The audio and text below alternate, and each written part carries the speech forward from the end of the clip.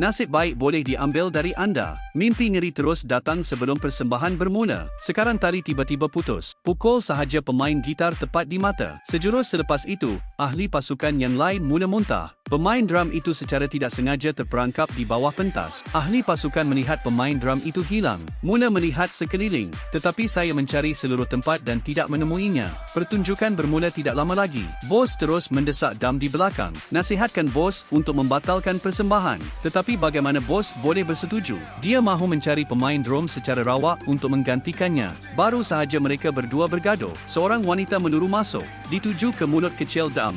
Dia melompat. Semua orang di sekeliling saya penuh dengan keraguan. Tetapi detik seterusnya, pemain drum memegang lampu suluh, bangkit dari bawah pentas. Walaupun dam kelihatan keliru, tetapi dia segera masuk kerja. Persembahan selepas itu berjalan dengan sangat lancar. Tetapi hanya Xiaomi yang tahu, setiap kali mereka bercium antara satu sama lain, tuah dua orang tu akan tukar balik. Seseorang akan menjadi sangat bertuah, dan yang satu lagi akan menjadi sangat malang. Di jamuan perayaan, semua orang teruja membuka champagne, tetapi Pingsai memukul Xiaomi dengan saksama. Barulah Ahdai bertindak balas. Kini Xiaomi sudah dihimpit nasib malang, tetapi bergaul lama, Xiaomi telah jatuh cinta dengan dam. Agar dia bertuah selamanya, Xiaomi memutuskan untuk meninggalkan bandar yang menyedihkan ini. Tetapi kerana dia sangat malang, semua kereta api ditangguhkan. Pada masa ini, Ahdai juga datang ke stesen kereta api. Dia mengaku cintanya kepada Xiaomi. Mereka berdua akhirnya bercium antara satu sama lain. Saya melihat maklumat di papan gesaan melompat berulang kali. Giliran siapa sekarang?